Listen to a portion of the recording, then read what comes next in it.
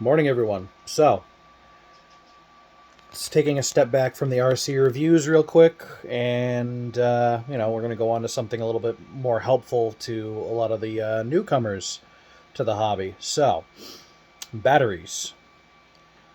If you're, into RCs, 9 times out of 10, you probably have an electric truck. Nitro, there's still quite a few of them that are around, but they're not as I would don't want to say they're not as popular as they used to be, but it seems like Nitro. There's a certain what should I say? I don't know. There's a certain group in the RC community that still worships and hails Nitro as the best thing since sliced bread. Now, being an electric guy, um, yeah, I used to stay very far away from Nitro, and realizing now that I have, misbehave right there. Um, that little Nitro Rustler is fun as hell. So yeah, I was kind of missing out just being straight up electric cars only. So, but the most common RC trucks you'll find are electric. So you're gonna need batteries. Well, this little guide will hopefully help you pick the batteries that you need and avoid doing something dangerous and either losing your battery or losing your whole truck or possibly worse. Now we all know that standard when you get a hobby grade RC car, they generally will come with a battery. Now, as you can see here, I have a pile of different batteries. And that's still not all of them. I still have more off to the side here. But generally, when you buy a truck ready to run, brand new in the box, most places they'll give you a battery. 9 times out of 10, it's going to be something like this: 6-cell NIM or a 6-cell NiCad. Oh, that's also a NIM. But NiCads are basically the same thing. Let me see if I have a NiCad on me. Ah, there's one. So this old Piranha pack here, this is a NiCad. Or you'll also, if you get a Traxxas ready to run brush truck, most of their stuff comes with these 7-cell, either these longer 7-cell stick or the 7-cell hump where the 7th cell is on top. Battery packs. But that's generally what you can expect when you get a truck brand new. Now, for the most part, back in the day when the RCs were really kind of just getting their stride, back in the early days of Tamiya and Mari and Kyosho, back when the fastest things on on the track were the Blackfoots, the Super Champs, a lot of the Tamiyas and the Kyosho racing buggies. Those when those were big, you would find these 6-cell NIM packs, or they used to be NiCads, now they're NIMs, but still they still kind of the same thing. You'd get maybe 10 minutes of runtime if you were lucky, and it would take like 45 minutes to charge these things. And that was if you were lucky. Nowadays, we kind of get spoiled because we have Life, Lipo, and there's one other one. Lithium polymer, lithium Fola something, the Life batteries, and there's one other one that's a lithium battery. But the most common are lipos, which are these lithium polymer. And this is a small one actually. This one came with my Bruiser clone. Now this is the battery that they sent it with. Now most companies nowadays, if you buy a ready-to-run truck, if it's brushless, they'll either A, it'll come with it, or B, they'll offer it as an extra. for a little bit more money if you order it online or something, or if it's like a special through your local hobby store. But they'll have like a deal where it's a little bit extra money and you'll get a LiPo battery. Now, all these batteries, they may look different, but they're pretty much the same. Every single one of these, except for this one right here, all of these are 2-cell LiPo battery packs. Now, 2 cells, most of my batteries are hard cases. This one's a soft pack, and the 3-cell is a soft pack. But most of these, the most common ones you'll see a lot of people using are 2 cells. Now, these ones here, they look a little different, but they all operate kind of the same. Now, when it comes to any batteries, even the NIM batteries, the bigger this number is, the mAh or milliamp hours, the longer runtime you're going to get out of it. But the biggest difference between the NIMs and the LiPos is not only power, but runtime. Now, these modern NIM packs, these are 7.2 volts, they're 6-cell. And you can see here, I've got 2 different ones. This Hexfly one is only 2,000 milliamp hours, and the green one is 3,600 milliamp hours. Now, this green one and the Piranha pack that I showed you earlier, these ones I use for my tanks. Because they don't need a whole lot of power. They're not going super fast. They just need to, you know, drive and operate the soundboards and the lights and the airsoft guns. So that's why I still have most of these around. It's just because of the tanks. Now, basically every other truck here in my collection, except for that one, because this one will blow up, but every one of these I run, even those ones up there, not the 16th scale, that one doesn't count, but the two GMCs, the Blackfoot, you know, all of these run 2-cell. Because, now here's the biggest difference, because not only do you get more power out of each of these, it doesn't seem like a lot, because these are 7.4, whereas these are 7.2 volts. However, these give you much more punch and a lot more runtime. Now, the big difference you'll see if you go from a nickel pack to a LiPo battery in, let's just say, I'll use my Ruckus as an example.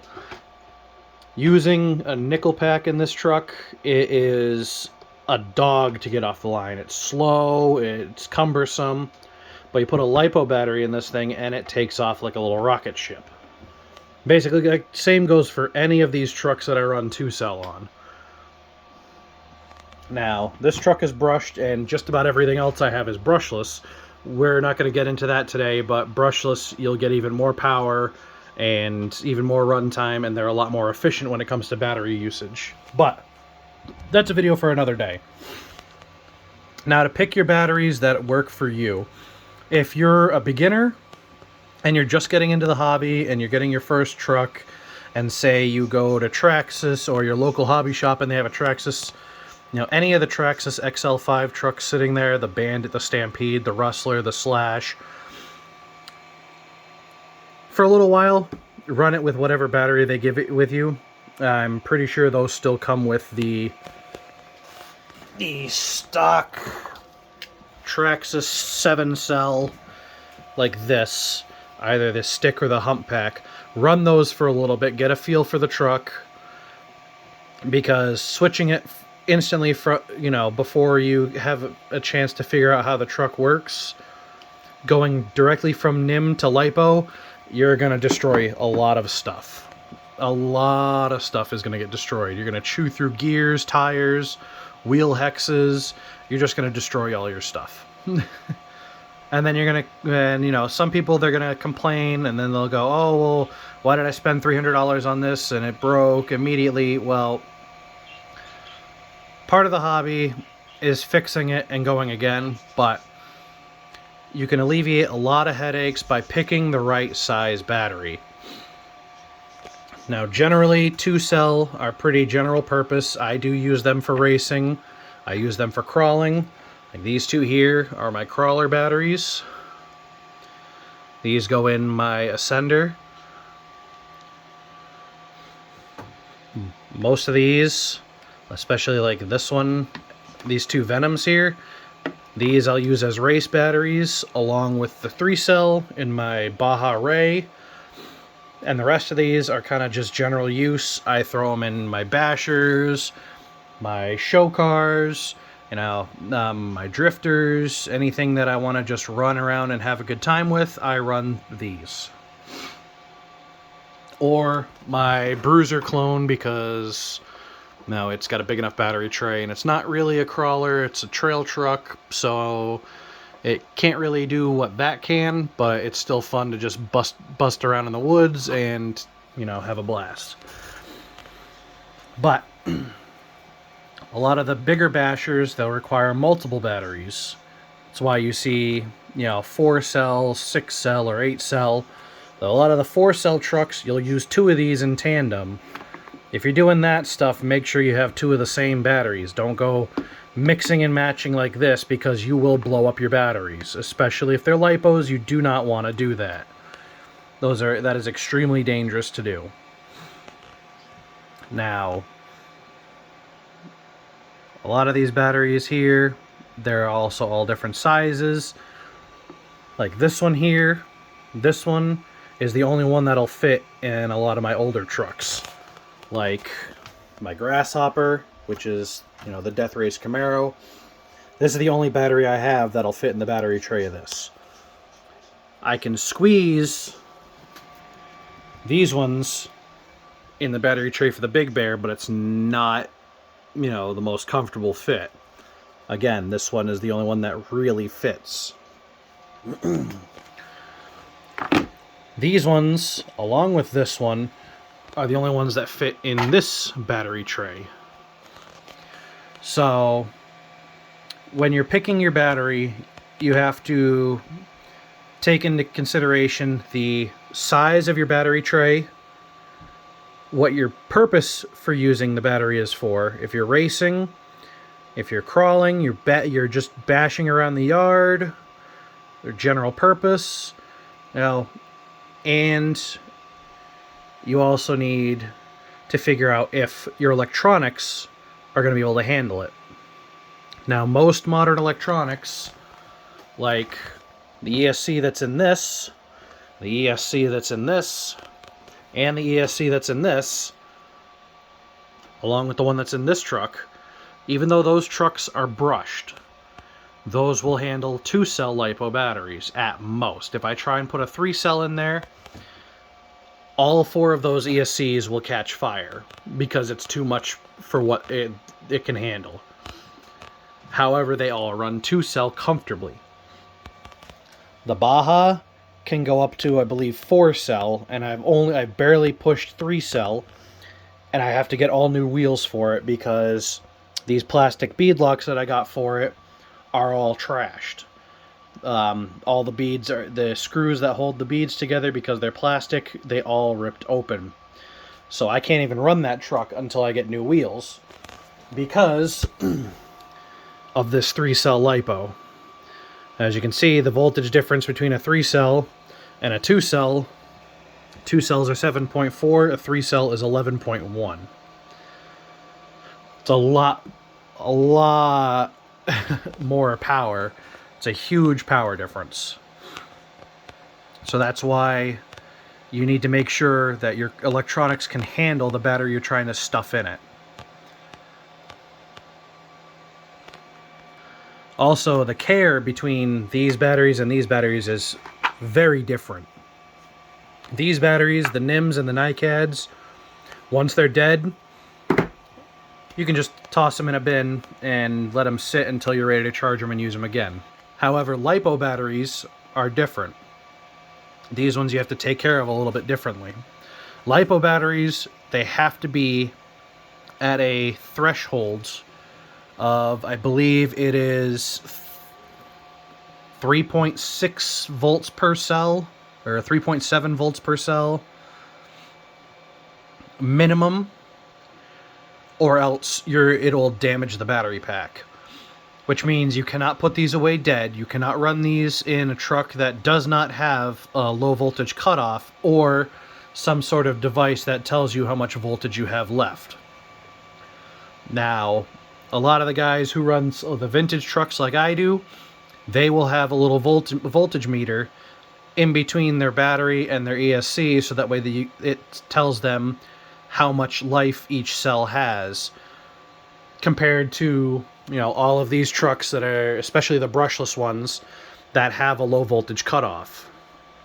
Now, the cutoff, it brings you down to half-life, or not half-life, it brings you down to like a emergency limp mode, so you can bring your truck back to you before it actually dies or damages the battery. That's what the low voltage cutoff does. So that way it doesn't damage the battery or the truck. Now, if you do not take care of these LiPo batteries correctly, you can lose everything. Not just your truck, not just, you know, the battery. The batteries, they aren't, you know, they can be pretty expensive. I mean, I think, you know, these Venoms alone, the Venoms themselves, this was a 2-pack when I got it. I think it was like $70 for 2 of them. This one I think was like $50 for the one. I mean, this one, when I bought my Ascender, I bought this battery, and that was years ago. This battery was like $65 brand new. And I believe this one was like $45 brand new. So, I mean, they're pretty cheap, but they're not at the same time. But you can lose everything. If you do not take care of these batteries, they will catch fire. And there have been plenty of people who lost houses, garages, and even nearly lost their lives because they've mistreated their LiPo batteries. Now, a lot of the older guys will see that kind of risk and they'll avoid these, but it's not hard to take care of these. Never charge LiPo batteries without being present. Don't leave them on the charger at home. Don't leave them charging when you're not home. Charge them in a LiPo safe bag. This is, you know, this is just your standard bag. This is a Traxxas one. You put the battery on the charger. Put the battery, while it's on the charger, inside the bag. Velcro it up, and you're good to go. At least that's a layer of protection. It's not going to stop it, though. This is not a fail-safe. This is just an extra layer of protection. Now, when I charge these batteries, I'm always at home, you know, in the next room over. So, as if anything happens, I can quickly, you know, get to the situation before it gets out of hand. However, do not leave these unattended. Don't leave them plugged into a truck, because then you can damage the cells. Because if you leave them plugged in, even with the truck off, it still drains the battery ever so slowly. And with that, you can damage the cells, which can cause a fire. So, you know, the damage that these can do if you do not take care of them properly, and if you just act like, you know, it's not a big deal, these can be deadly. That's why, you know, like I said, a lot of the older guys will stick with the NIMS and the NiCads because they're a little fearful, or possibly they think they could be forgetful. They'll leave it plugged in, and then, you know, it'll sit there for a week and a half, and then all of a sudden they'll see smoke and, you know, LiPo fire, and there goes their whole house. So, I mean, there is a risk involved. However, if you take care of them, there is no risk. Like, I keep mine inside this, you know, case. I keep all my batteries, all my LiPo batteries in here. A lot of people use, metal ammo cans, giant lipo bags. As long as you're being safe with it, these can be no problem whatsoever. So there's that taking into consideration. Overall, though, make sure when you're choosing your truck, you have the correct battery to fit what you need and what the truck requires. Don't go try pushing it, because that's when you start breaking stuff and you start having a lot of problems. Now, charging the batteries, you ask. Well, there are quite a few different chargers you can use. Now, generally, if I'm just screwing around in the yard with one of my trucks, I will use this charger. This charger is made for LiPos only. It can go up to 3-cell batteries. Now, on the LiPo, you'll notice these little wires, these little extra wires here. These are to balance the cells. It also tells the charger how many cells are in the battery. So with this type of charger, all you have to do is take this and plug it into the proper end. See, there's 3-pin and a 4-pin.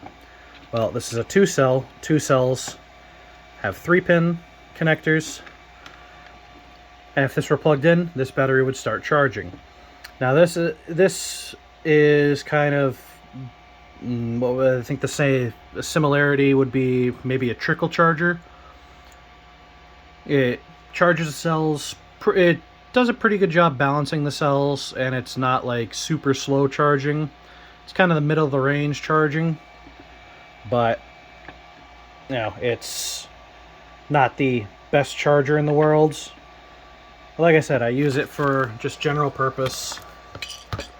If I'm just charging, as I'm running around in the yard. However, this charger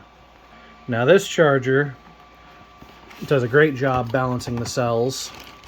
As you can see, I've got all these different ends for all different battery types, or all the different battery connectors. Now with this charger, this allows me to balance discharge, charge, slow charge, and even storage charge. That's another thing with LiPos. They need to be at a certain voltage for storage. This charger will do that.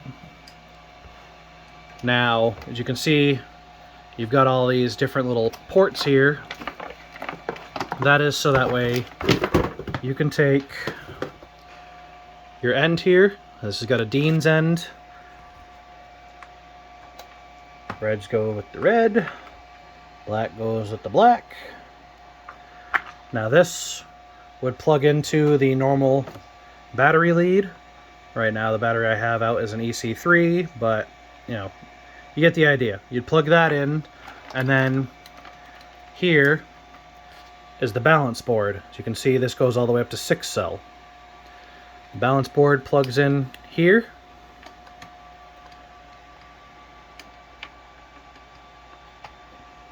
If I didn't have it backwards. There we go. Balance port plugs in, and then again, you take this little connector here and you plug it in to the corresponding end, and that'll tell the charger that yes, this is in fact a 2-cell LiPo, because like I said, this will go up to 6-cell. And this is the one I use for basically everything else. If I'm, if I've run a ton of batteries, I'll balance charge them on here before I put them away when I know I'm not going to use them for maybe a week. I basically run one of my trucks just about every week. So I do use my batteries. I cycle them out pretty consistently. So I keep them at charge. If you're going to not use the trucks for a while, I would suggest going to it with a storage charge, because that'll be a lot safer for the battery, for the longevity of the battery as well. A storage charge if you're not going to use them for excess of a month and a half. But I cycle my batteries pretty regularly. So, but yes, that charger is the one I use for just about everything else. I will cycle the batteries on the discharger if I feel like they need it. I'll balance charge them with this one, so that way, you know, both cells stay even, so I don't have to worry about, you know, the one cell being used more than the other, causing damage.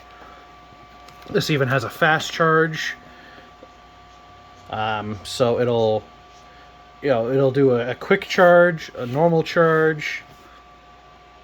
I mean, it does just about anything and everything. It'll do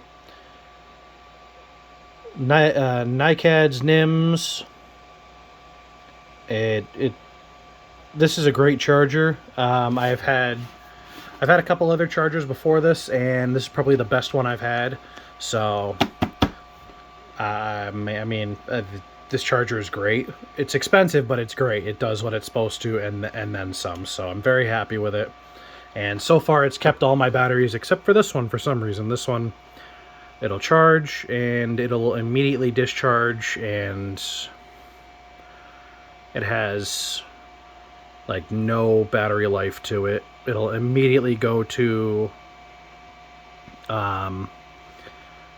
half-life and then low voltage cutoff. So I'm not exactly sure what's up with this battery, but this one is defective maybe? Who knows? But even with this charger, I've tried balance charging that, and I still haven't been able to figure it out, so who the hell knows? But for the LiPo batteries, make sure you get yourself a good LiPo charger, because if you try and charge them on a normal NICAD charger or a NIM charger, you will blow them up. So remember, everybody, choose the right battery for your truck, choose the right battery for what you're going to do, and then make sure you have the proper charger for said battery. And then once you got all that, go have a ball. If you like this kind of content, feel free to like and subscribe, and hit the notification bell to be notified on all my newest videos. If you have any questions, all my links to social medias where you can reach out and ask those questions will be linked in the description below, or just comment right on the video. And with that, have a good day, everybody.